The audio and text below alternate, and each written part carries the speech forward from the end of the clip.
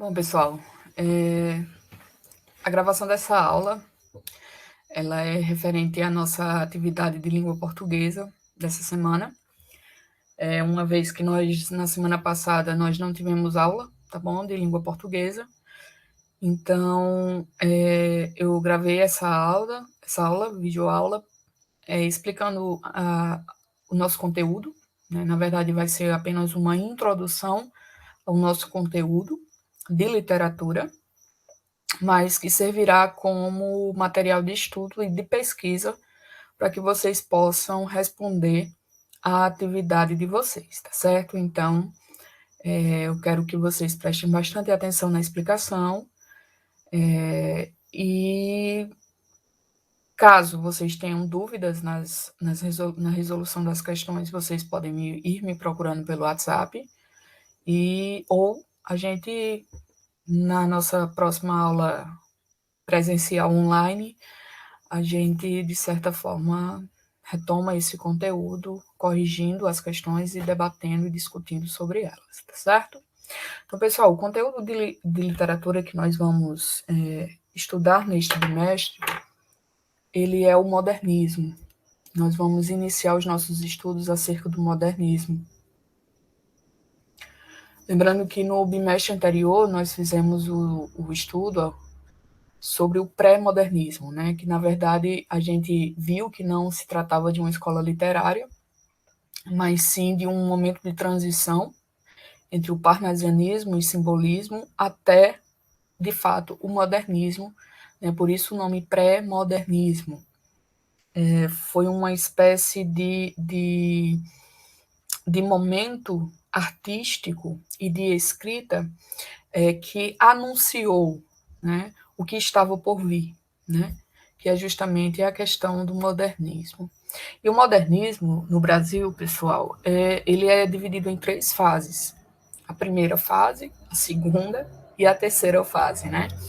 E nós vamos, nesse momento, fazer uma introdução ao que nós vamos chamar de primeira fase do modernismo, que também é conhecida como a fase heróica da literatura modernista, ou também vocês podem aí ver, encontrar nos vestibulares que vocês venham a fazer, chamada da fase de destruição modernista, certo? E nós temos uma citação aí. Iniciamos a nossa aula apresentando essa citação. Mário de Andrade, né, é um dos maiores nomes da literatura modernista, da arte modernista, tá certo? É um dos fundadores do modernismo no Brasil, e ele dizia o seguinte: ele chamou a primeira fase do modernismo de destruição. E por que ele chamou de destruição? Porque ela trouxe um rompimento, uma destruição das estruturas clássicas, acadêmicas, harmônicas, além de ser totalmente contraditória ao parnasianismo ou simbolismo das décadas anteriores. E aqui a gente retoma um conteúdo que nós estudamos lá no início do ano, as vanguardas europeias. Lembram que vanguardas europeias receberam esses nomes justamente porque vanguardas significa estar à frente do seu tempo. Era uma perspectiva artística que surgia no momento de mudança política, econômica, social, né? No momento da Primeira Guerra Mundial, e aí a gente retoma a Belle Époque, né? A bela época do surgimento das tecnologias, da mudança, do desenvolvimento econômico, né? E se tudo estava mudando, a arte também devia mudar. A arte também deveria acompanhar essa mudança. E é aí que surgem as vanguardas europeias, nesse sentido de destruir, né, de modificar, de trazer uma perspectiva inovadora de uma arte que fosse adequada ao momento tecnológico, ao momento moderno em que a sociedade europeia estava vivendo naquela época. Então, pessoal, basicamente é isso. A literatura, ela acompanha também essas mudanças que acontecem na nossa sociedade. Então, se estava havendo essas mudanças, a literatura e a arte não cabiam mais a elas viverem dentro de uma perspectiva clássica, de uma perspectiva que pertencente à antiguidade, tá? Então, por isso que o Mário de Andrade ele vem chamar de fase de destruição, porque é justamente nessa perspectiva de destruir, de romper com o que é clássico, com o que é acadêmico, com o que canonizado, digamos assim, né? Do que era preferido pela sociedade da época, certo? E aqui eu trago para vocês, para a gente iniciar uma análise dessa primeira fase modernista, uma pintura de uma pintora, de uma artista muito conhecida desse período, chamada Anita Malfatti. O nome da imagem, ela é chamada de intitulada Tropical, tá? A Anita Malfatti, ela fez essa pintura, né? E aqui tem algumas questões que eu iria trabalhar com vocês na explicação, mas como nós não vamos ter essa explicação, então eu vou fazer essas perguntas e eu mesma vou responder, tá? A primeira delas está pedindo para que vocês descrevessem a imagem que vocês estão vendo. Então, a gente pode, quando a gente descreve, a gente pode perceber que trata-se de uma imagem rural, uma imagem do campo. A gente percebe aqui várias frutas que caracterizam o nosso país, né? A gente vê aqui a banana, a gente vê aqui o mamão, a gente vê aqui o abacaxi, né? Que a gente considera frutas tropicais, aqui a laranja. E a gente tem uma figura, uma mulher, que também representa a figura da mulher brasileira. Nós temos aqui uma negra, né? Uma mulher negra, que é a representação da raça brasileira, certo? Então a gente pode perceber que aqui é uma imagem que traz muitos elementos pertencentes à nossa cultura, à nossa paisagem, né, do Brasil. 2. Que relações podem ser feitas entre o título da tela de Anita Malfatti e as cores que a compõem? Então, ó, o título é Tropical. E as cores que compõem? E aí a gente encontra também as cores caracterizando esse clima tropical que o Brasil tem. Principalmente o que diz respeito ao amarelo, que significa o sol, né? Que também representa a riqueza, e o verde, que simboliza as nossas matas, né? É basicamente aqui uma representação da nossa própria bandeira, certo? E no terceiro está dizendo o seguinte, ó, o modernismo brasileiro caracterizou-se pelo forte tom nacionalista. Quando eu estou falando de nacionalismo, eu estou dizendo de valorização da nação, da nacionalidade, né? Daquilo que pertence a uma determinada nação, certo? A gente já discutiu isso. A gente viu, por exemplo, no pré-modernismo, Policarpo Quaresma, né, aquela figura extremamente nacionalista, só que nacionalista ufanista, né, que é justamente aquele que não vê defeito em nada, que o Brasil é o país perfeito, né, que só se valoriza, certo? Então aqui nós vamos encontrar também esse tom nacionalista, mas nós não vamos encontrar esse tom nacionalista ufanista. Nós vamos encontrar aqui autores que buscam essa nacionalidade, afinal de contas, qual era o maior interesse dos artistas do modernismo da primeira fase, perdão, apresentar uma arte brasileira, tá? Que representasse de fato o nosso país, ok? Então, se vai falar sobre o Brasil, logicamente, nós vamos encontrar nessa produção artística um tom muito nacionalista, certo? Só que aqui um nacionalismo crítico. A gente vai encontrar autores, pintores, artistas de um modo geral, que vão utilizar dessa nacionalidade, mas de uma posição crítica. Olha, nós somos nacionalistas, nós amamos a nossa terra, as nossas coisas, a nossa pátria, o nosso país. Mas, poxa, a gente tem que perceber que muita coisa aqui precisa ser melhorada. Tem muita coisa que não é valorizada, tá? Então, há esse nacionalismo crítico, tá? Então, vamos lá. O modernismo brasileiro caracterizou-se pelo forte tom nacionalista. Que elementos no quadro de Anitta indicam que a autora abraçou a proposta, né? E aqui, de certa forma, já foi explicado por mim, né? Quais elementos aqui faz com que a gente perceba essa nacionalidade nela, né? Nessa pintura. E aí nós temos a representatividade, né? A figura da mulher negra, a questão do trabalho da agricultura, né? Porque ainda hoje o Brasil, principalmente o Nordeste, é uma região e um país, né? O Brasil, que é um grande produtor de produtos agrícolas, né? Então a gente percebe muito aqui uma representação de fato da pessoa brasileira, dos costumes brasileiros, da economia brasileira, da natureza brasileira. Então a gente percebe sim que a Anitta ela trouxe para a sua pintura esses tons nacionalistas, ok?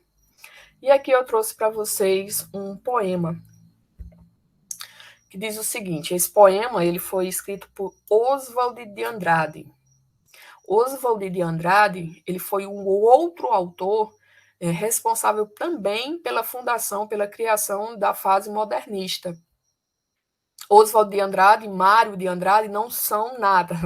Apesar de terem o mesmo sobrenome, eles não eram primos, irmãos, absolutamente nada.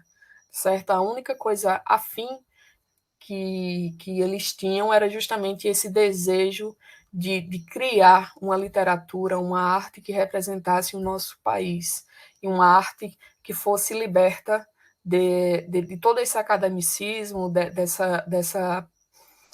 dessas regras tradicionais vigentes nas escolas literárias anteriores. Tá? Eles eram bem radicais quanto a isso.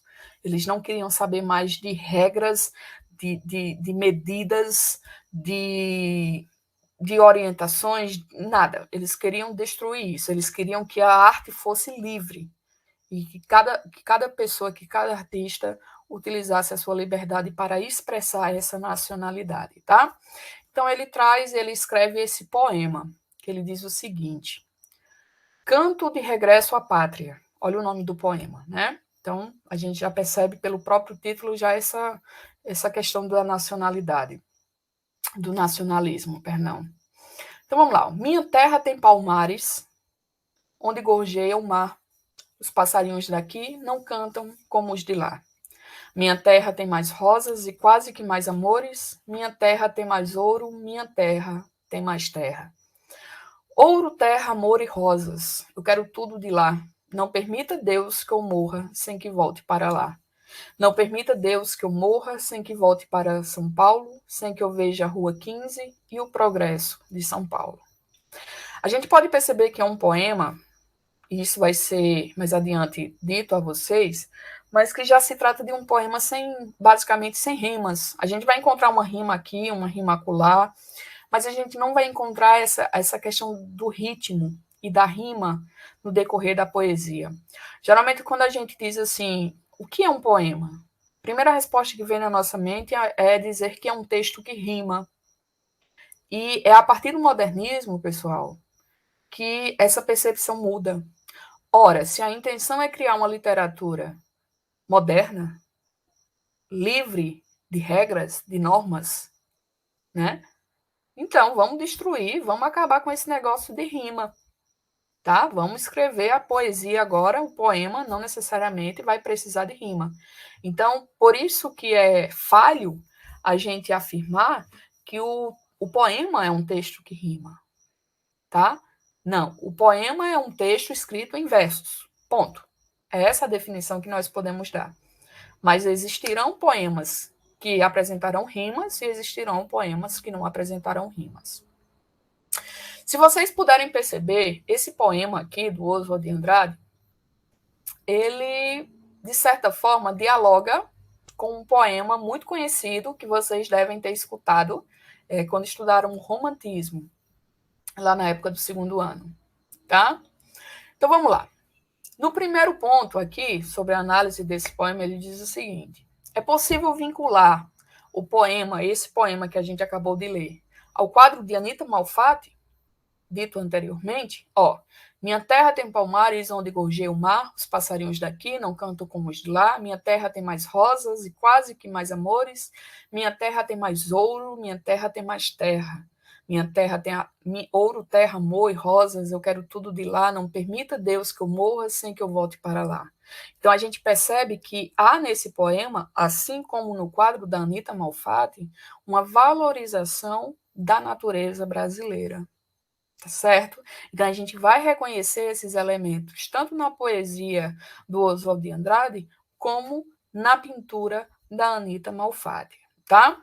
No ponto 2 aí está dizendo assim: descreva qual tipo de sentimento eu lírico tem em relação à sua pátria. Então vocês podem perceber que ele tem uma visão valorativa. Ele valoriza esses aspectos, né, pertencentes à flora, né, às riquezas existentes na natureza, e também na última estrofe, quando ele diz: não permita Deus que eu morra sem que volte para São Paulo, sem que veja a Rua 15 e o progresso de São Paulo. Aqui, gente, ele vai remeter à cidade de São Paulo, que na época, e ainda hoje, era e é a cidade mais desenvolvida do nosso país, tá? Ora, se é uma fase que vai valorizar o modernismo, o aspecto moderno, né, a arte moderna, então onde é que nós vamos escolher como o centro de divulgação dessa arte? Nós vamos escolher a cidade mais moderna do Brasil para que isso aconteça. E é aí que surge a ideia de usar São Paulo como cenário de divulgação para essa arte modernista, tá certo? E terceiro, diz o seguinte: esse poema, e aqui vai mais uma característica dos poemas da época da primeira geração modernista, esse poema ele é chamado de poema paródia e faz referência ao poema Canção do Exílio de Gonçalves Dias, canção do romantismo que vocês, perdão, poema do romantismo que vocês estudaram no ano passado. O que é um poema paródia, gente? A paródia, né, vocês já sabem, é quando eu pego uma produção pronta e modifico a letra. Né? Geralmente a gente costuma muito fazer isso com canções. A gente pega uma canção, pega a melodia daquela canção e altera apenas a sua letra. Tá? Então a paródia é basicamente isso. O poema paródia é pegar o poema, escrever outras coisas, mas que sempre remetam a esse poema, tá certo? E o poema de Gonçalves diz o seguinte: minha terra tem palmeiras, onde canta o sabiá. As aves que aqui gorjeiam, não gorjeiam como lá. Percebam a semelhança, né, entre essa estrofe e essa primeira aqui, ó, do poema do Oswald. Minha terra tem palmares, onde gorjeia o mar. Os passarinhos daqui não cantam como os de lá, tá? Então, de certa forma aí a gente pode encontrar essa semelhança, logo a gente vai ter uma espécie de poema paródia, que era muito comum na época da primeira geração modernista. Os poetas, para tirar onda, né, para serem satíricos com produções de autores de escolas literárias anteriores, eles usavam isso da paródia, tá certo? Bom, pessoal, aqui no quarto ponto, está dizendo o seguinte: considerando que o nacionalismo modernista é crítico e não ufanista, como no romantismo, explique o motivo de Oswald substituir a palavra palmeiras no primeiro verso por palmares. E a gente retoma aqui o primeiro verso. Ele diz o seguinte: ó, minha terra tem palmares. E aqui a gente vê que o autor ele troca, né, o nome Palmeiras por Palmares para trazer uma figura que particularmente representa, né, para mim é um dos maiores símbolos da liberdade do nosso país, né, que é Palmares, é uma figura que foi muito importante Zumbi dos Palmares, né, que foi muito importante para para a liberdade de muitos escravos, né, de muitos negros que eram escravizados naquela época. E de certa forma, quando ele diz minha terra tem palmares, vem a representar isso, né, de que tem essa liberdade, que tem esse anseio, que tem esse desejo, né, de liberdade, que tem pessoas que representam a liberdade, tá certo? Então, por isso que ele diz aqui, né, lembrando que o nacionalismo modernista é crítico e não ufanista, explique o motivo que Oswald, né, optou por substituir a palavra Palmeiras por Palmares. Né? Então, quando a gente, voltando àquilo que eu já falei, o nacionalismo crítico, é aquele nacionalismo em que você valoriza a sua terra, valoriza a sua pátria, mas traz a criticidade, né? Traz o seu posicionamento crítico acerca disso, certo? Então, quando ele traz essa figura de Palmares, ele representa, ele retoma essa característica da escravidão do Brasil e traz esse ponto, né, da luta pela liberdade do nosso país. Bom, pessoal, aqui nós vamos ter a Semana de Arte Moderna. O modernismo brasileiro, ele não surge do nada, né? Os modernistas, os artistas modernistas, eles não vão dormir pensando numa coisa e no outro dia acontece e daí, bum, surge, né? Na verdade, foram anos e anos, né, estudando o movimento, se organizando para que, de fato, conseguissem fundar esse movimento aqui no Brasil. Vale aqui ressaltar que muitos dos artistas modernistas, eles tiveram um contato com outros artistas da Europa.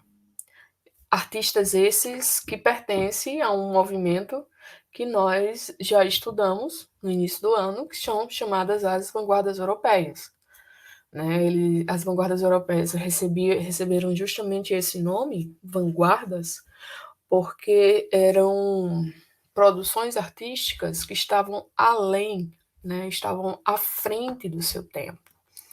A intenção dos vanguardistas era de modernizar a arte. Afinal de contas, lembrando do período histórico em que as vanguardas surgiram, o mundo passava por uma mudança muito significativa no que diz respeito à modernidade, né? O advento da tecnologia, da velocidade, as mudanças políticas, as mudanças sociais, a questão da Primeira Guerra.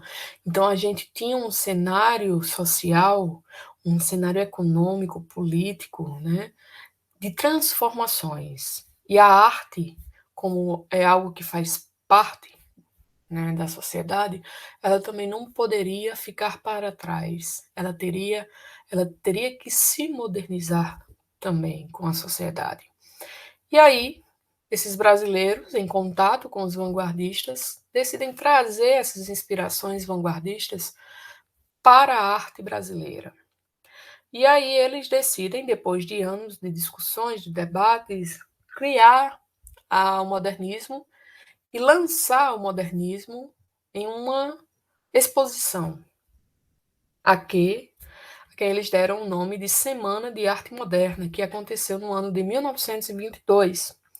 E esse ano de 1922 não foi escolhido de forma aleatória.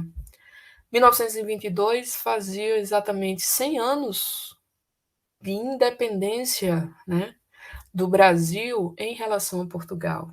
Então, há uma simbologia por trás dessa data, né? Poxa, 100 anos de independência política, econômica de Portugal. Então, vamos aproveitar esses 100 anos de independência para também marcarmos o início da independência da arte brasileira. Afinal de contas, a intenção dos modernistas dessa primeira fase era reconstruir, como foi dito anteriormente, né? Demolir, né? Romper com toda a tradição artística até então vigente e reconstruir, criar mesmo, né? Uma arte, um novo tipo de arte, e uma arte que representasse o nosso país. Então, 1922, 100 anos de independência, também foi o marco inicial da independência artística do nosso país. Por que São Paulo, né? São Paulo, como já disse anteriormente, a cidade que representava esse calor moderno, né? A São Paulo ainda hoje, né? Mas principalmente antigamente, respirava a modernidade. Era lá as primeiras produções, as primeiras indústrias que surgiam, né, os primeiros carros, a modernidade do nosso país, ela de fato se concretizou na cidade de São Paulo. Então, se nós vamos falar de modernidade, então nada mais justo do que escolher a cidade mais moderna do nosso país para apresentar essa proposta artística. E aqui ao lado, nós vamos ter um cartazinho, né? Que foi o cartaz de divulgação da Semana de Arte Moderna. E o que foi essa Semana de Arte Moderna, pessoal? Então, ela foi o marco inicial do modernismo no Brasil. Então, quando foi que o modernismo surgiu no Brasil? Na Semana de Arte Moderna. Foi uma série de conferências, declamações de poesias, exposições de pinturas e esculturas, concertos com C, né, que se refere à música, buscava um novo cultuado pelo pensamento moderno, e participaram desse evento intelectuais, artistas, professores e o público em geral. Então, pessoal, foi um evento que não foi somente da literatura, ou seja, da escrita, mas um movimento que uniu todas as artes, todas as artes, todos os artistas modernistas, né? A música, o teatro, a pintura, a escultura, né? Tudo que envolvesse arte estava nessa semana, nessa exposição da Semana de Arte Moderna, certo? Quais eram os objetivos da Semana de Arte Moderna? A ruptura com o academicismo, que eu disse anteriormente, né? Com o padrão da arte anterior, a destruição do espírito conservador e conformista, a demolição de tabus e preconceitos em termos estéticos. É só a gente lembrar, pessoal, das vanguardas europeias, da arte dadaísta, né? Por exemplo, transformar um mictório, um objeto em que os homens mijam, transformar aquilo em arte, né? Olha o tabu que foi quebrado, né? Olha o preconceito que foi quebrado. Por que que aquilo não poderia ser arte? Né? Então a intenção era também isso, era impactar, era chocar a sociedade da época. É importante que vocês entendam que arte sempre foi e sempre será sinônimo de poder, sinônimo de riqueza. Né? Se a gente for analisar bem aí, apenas pessoas muito ricas, podre de ricas, têm condições de comprarem quadros que valem milhões de reais. Né? Então, a arte, pessoal, seja ela o que for, a música, a literatura, a escultura, ela é sinônimo de poder, de riqueza, certo? E naquela época, mais ainda, porque era o entretenimento que a alta burguesia tinha. Era a pintura, era visitar exposições, era visitar concertos musicais, era visitar teatro, né? Então isso era o entretenimento deles. E aí chega um bando de maluco, né, e propõe uma semana de arte moderna, divulga isso amplamente nas mídias e tudo, e lota o Teatro Municipal de São Paulo. Lota, lota.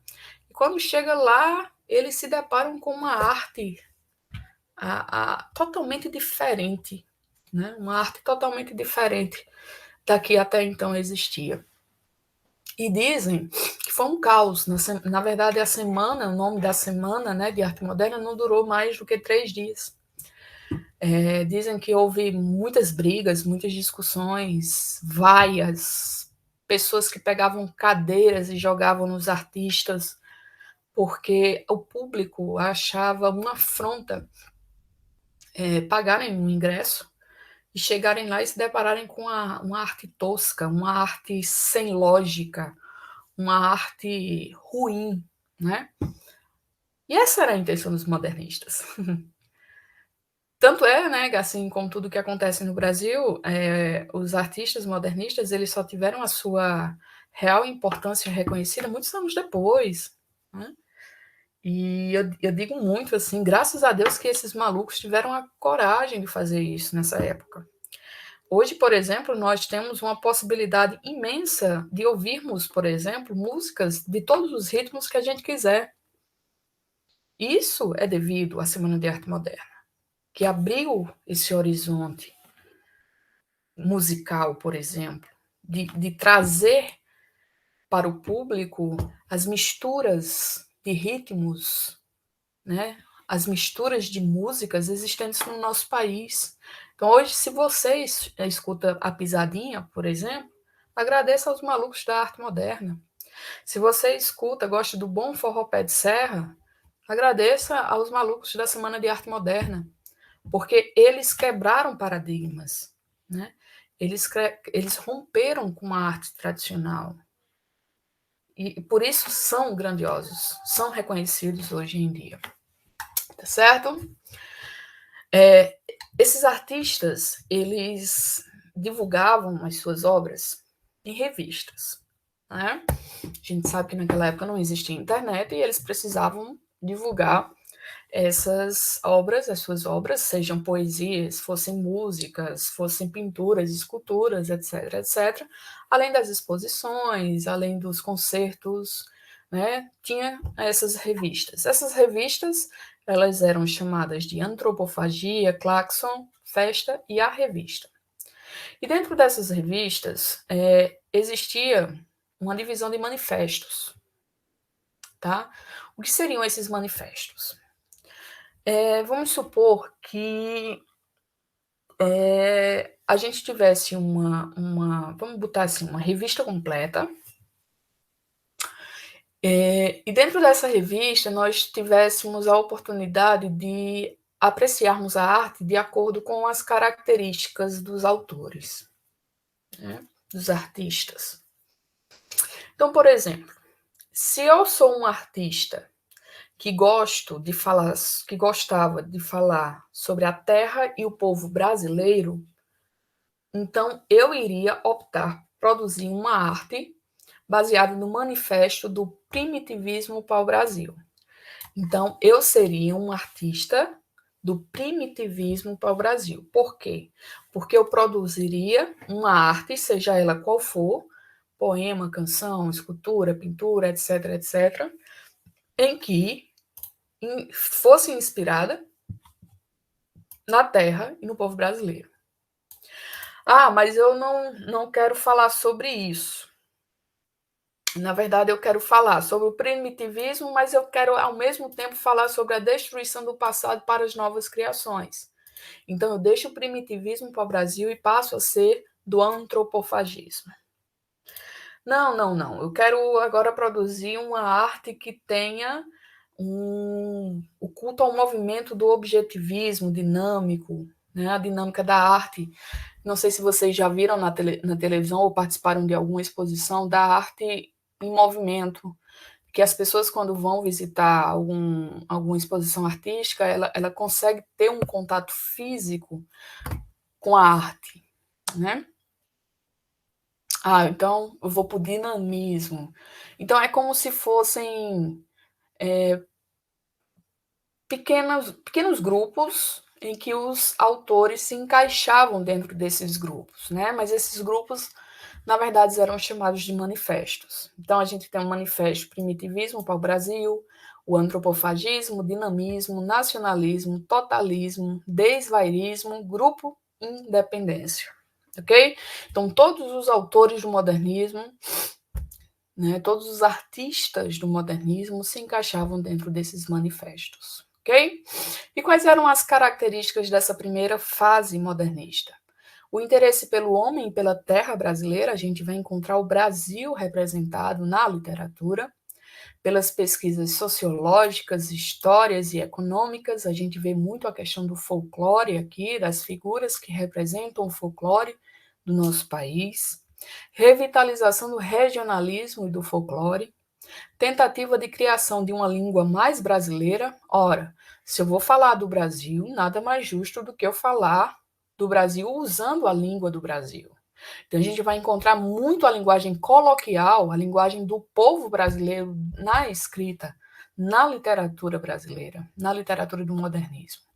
A temática que nós vamos encontrar na produção literária é do cotidiano, ou seja, fatos do dia a dia, né, que acontecem no dia a dia do povo brasileiro, valorização de temas tradicionalmente antipoéticos, por exemplo, que seria um tema poético, o amor, tá? O amor. Então, o que seria um tema antipoético? O roubo, a corrupção, tá? O aparecimento do poema piada, né? O poema piada já vem dizendo que é tirando uma onda. Liberdade métrica, ou seja, os versos dos poemas eles não possuem o mesmo tamanho. Além disso, os versos dos poemas modernistas, eles dificilmente rimam. É muito comum, por exemplo, pessoal, quando a gente pergunta a vocês, né, pessoal, o que é um poema? É uma das primeiras respostas que diz, um texto que rima. E isso é errado dizer, por quê? Porque a gente vai ver aqui poemas que não rimam. São o que a gente chama de poemas modernistas. São poemas por quê? Porque são poemas escritos em versos, mas que não necessariamente são rimados. Então a gente tem essa quebra.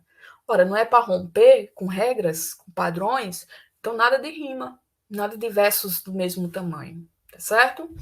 E também a gente vai ter uma liberdade gramatical, né, principalmente no campo da sintaxe, ou seja, as frases não precisam mais estarem totalmente organizadas como nas escolas anteriores. E aí eu trouxe para vocês, para a gente analisar um pouco dessas características na prática, tá certo? Em poemas na prática. Trouxe para vocês aqui um exemplo de um poema paródia. Lembrando que a gente já analisou acima, né? Poema paródia é eu pegar um poema que já existe e parodiar, tá? Então eu trouxe um poema de Casimiro de Abreu, poeta romantista. O nome do poema é Meus 8 anos de idade. Ele diz o seguinte: que saudades que tenho da aurora da minha vida, da minha infância querida que os anos não trazem mais. Que amor, que sonhos, que flores, naquelas tardes fagueiras, à sombra das bananeiras, debaixo dos laranjais. Percebam o ritmo, né? A cadência, a rima. Como são belos os dias do despontar da existência, respira a alma inocência como perfumes à flor. O mar é lago sereno, o céu um manto azulado, o mundo um sonho dourado, a vida um hino de amor. Que aurora, que sol, que vida, que noites de melodia, naquela doce alegria, naquele ingênuo folgar. O céu bordado de estrelas, a terra de aromas cheia, as ondas beijando a areia e a lua beijando o mar. Ó dias da minha infância, ó meu céu de primeira primavera, que doce a vida não era nessa risonha manhã. Em vez das mágoas de agora, eu tinha nessas delícias de minha mãe as carícias e beijos de minha irmã. E aí, Oswald de Andrade vai e faz uma paródia desse poema, que também chama-se Meus 8 Anos. Ele diz o seguinte: que saudades que eu tenho da aurora de minha vida, das horas de minha infância, que os anos não trazem mais. Naquele quintal de terra, da rua de Santo Antônio, debaixo da bananeira, sem nenhum laranjais. Eu tinha doces visões da cocaína da infância, nos banhos do astro-rei, do quintal de minha ânsia. A cidade progredia em roda de minha casa, que os anos não trazem mais, debaixo da bananeira, sem nenhum laranjais. Poema piada, né, que é a gozação, né? O nome do poema é O Adeus de Teresa, escrito por Castro Alves, poeta também do romantismo. Olha que poema lindo, né? O poema trata-se da história de um homem que se apaixona por Teresa, e Teresa também se apaixona por ele. Mas acaba que esse homem tem que ir embora e promete a Teresa, né, que volta e que ela espere por ele voltar. E acontece que Teresa não espera esse amado voltar e acaba conhecendo outra pessoa, né? Então é um amor correspondido e no final não correspondido. Olha só. A vez primeira que eu fitei Teresa, como as plantas que arrasta a correnteza, a valsa nos levou nos giros seus. Íamos juntos, e depois na sala. Adeus, eu disse-lhe a tremer com a fala. E ela, corando, murmurou-me. Adeus. Uma noite entreabriu-se um reposteiro, e da alcova saiu um cavaleiro, ainda beijando uma mulher sem véus. Era eu, era a pálida Teresa. Adeus, lhe disse conservando-a presa. E ela, entre beijos, murmurou-me adeus. Passaram tempos, séculos de delírio, prazeres divinais, gozos do império. Mas um dia volvi aos lares meus. Partindo eu disse, voltarei, descansa. Ela chorando mais que uma criança, ela em soluços murmurou-me adeus. Quando voltei era o palácio em festa, e a voz dela e de um homem lá na orquestra preenchiam de amor o azul dos céus. Entrei. Ela me olhou branca de surpresa. Foi a última vez que eu vi Teresa, e ela, arquejando, murmurou-me adeus. E aí chega um cara chamado Manuel Bandeira, poeta modernista, e vai tirar onda com esse poema. Ele diz o seguinte, ó: a primeira vez que vi Teresa, achei que ela tinha pernas estúpidas, achei também que a cara parecia uma perna. Quando vi Teresa de novo, achei que os olhos eram muito mais velhos que o resto do corpo. Os olhos nasceram e ficaram 10 anos esperando que o resto do corpo nascesse. Da terceira vez, não vi mais nada. Os céus se misturaram com a terra e o Espírito de Deus voltou a se mover sobre a face da água. Ou seja, aqui o eu lírico acaba com a pobre de Teresa, né? Exemplo de poema que retrata o cotidiano. É um poema aqui que vai narrar, né? Um poema narrativo, que vai contar um fato do dia a dia. Né? Poema tirado de uma notícia de jornal. É o título do poema. Que já faz essa menção, né, a algo que acontece do dia a dia. João Gostoso era carregador de feira livre e morava no Morro da Babilônia, num barraco sem número. Uma noite, ele chegou no bar 20 de novembro, bebeu, cantou, dançou, depois se atirou na Lagoa Rodrigo de Freitas e morreu afogado. Perceba que aqui nós temos um poema que não rima, nós temos aqui um poema que não tem versos do mesmo tamanho, e mais parece alguém contando uma história, tá? Isso é uma característica de um poema modernista. E, por fim, poemas que trazem essa linguagem coloquial, essa linguagem do dia a dia, essa linguagem do brasileiro, né? Para dizerem milho, dizem mil. Para de melhor, dizem melhor. Para pior, pior. Para telha, dizem teia. Para telhado, dizem teiado. E vão fazendo telhados. Outro poema de Oswald de Andrade, Pronominais. Dei-me um cigarro, diz a gramática do professor e do aluno e do mulato sabido. Mas o bom negro e o bom branco da nação brasileira dizem todos os dias: deixa disso, camarada, me dá um cigarro. Segundo a gramática normativa, pessoal, é correto iniciar o verbo, a frase com o verbo e depois com o pronome. Então, o certo é de-me, tá? Segundo a gramática normativa. Porém, no dia a dia, quando a gente vai falar, a gente não utiliza primeiro o verbo e depois o pronome, e sim o contrário, primeiro o pronome e depois o verbo. E é justamente isso que ele traz, né? Que o bom negro e o bom branco da nação brasileira não fala desse jeito, né? Dê-me um cigarro, mas sim me dá um cigarro. Ok? Essa é a nossa explicação introdutória sobre o modernismo.